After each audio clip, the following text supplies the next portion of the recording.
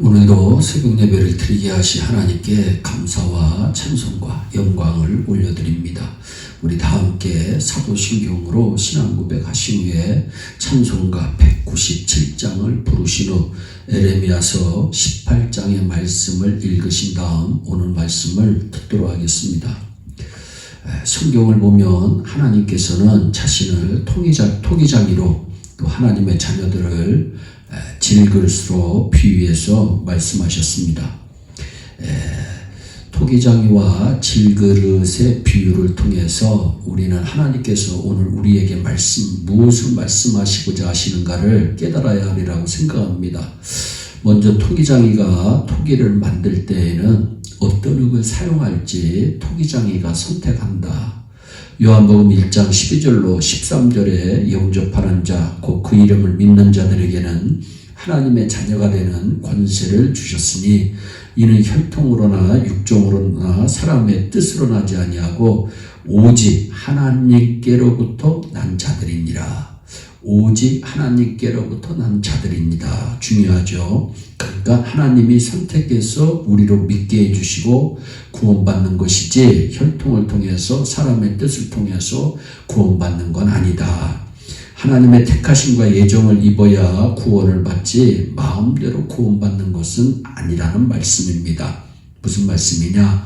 토기장이 되신 하나님께서 흙을 택해야 그 흙이 그릇이 되듯이 하나님께서 택하셔야 하나님의 자녀가 되는 것입니다. 로마서 9장 21절로 24절에 토기장이가 진흙 한 덩어리로 하나는 귀 있을 그릇을 하나는 천 있을 그릇을 만들 권한이 없겠느냐. 우리가 왜 나를 이런 그릇으로 만들었습니까? 항변할 권한이 없습니다.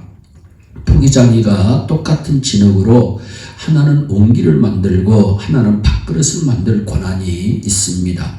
토기장이가 그릇을 만들 때 가장 좋은 흙을 택해서 언제나 그릇을 만드는 것입니다. 둘째로 흙을 준비하는 토기장이처럼 하나님은 우리로 준비케 하여 주신다.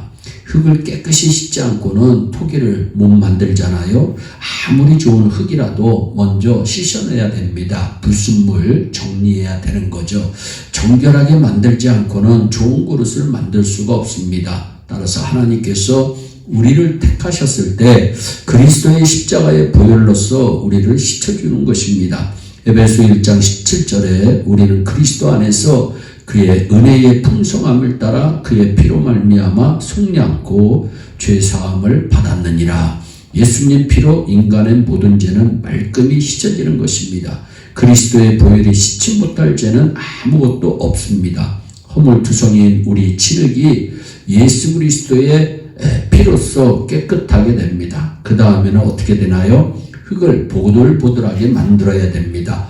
딱딱한 흙으로는 그릇을 만들 수가 없습니다. 흙을 씻게 씻어도 흙이 여기 뭉치고 저기 뭉치듯이 고약한 성격들이 있습니다. 예수를 믿고 난 다음에도 성질 부리는 사람, 성급한 사람, 거짓말하는 사람, 도적질하는 사람, 뭉친 곳이 이곳저곳에 있는데 그거 깨뜨려 보들보들해져야 됩니다. 히브리서 12장 11절에 무릇 징계가 당시에는 즐거워 보이지 않고 슬퍼 보이나 후에 그로 말미암아 연단받은 자들은 의와 평강의 열매를 맺느니라 성경은 말씀합니다.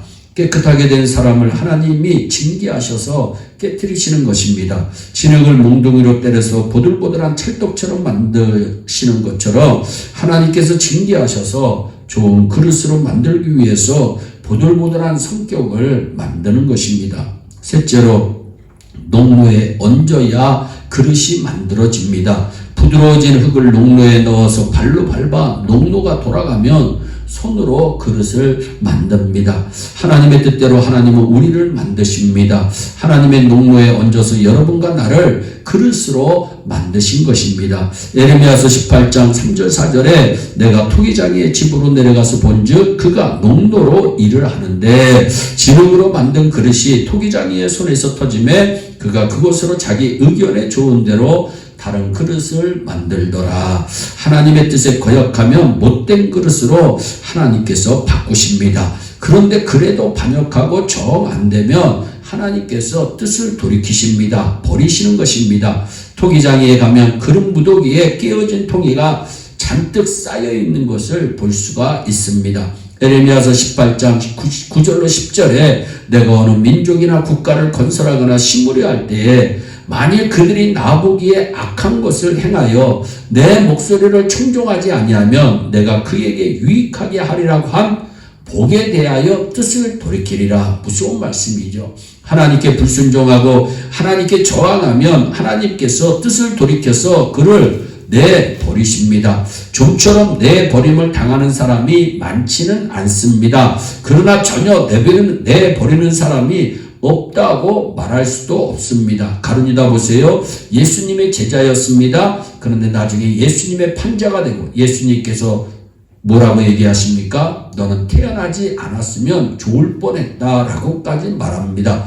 우리가 하나님께 버림받은 그릇이 되지 않기 위해서는 언제나 중심이 하나님을 향해 있어야 되고 충성하고 헌신된 마음의 소유자가 되어야 됩니다. 넷째로 그릇을 그러면 다 만들었냐? 아닙니다. 그릇을 그대로 내어줄 수가 없습니다. 무늬를 그려야 되고 불가마에 한번 들어가야 되는 것입니다.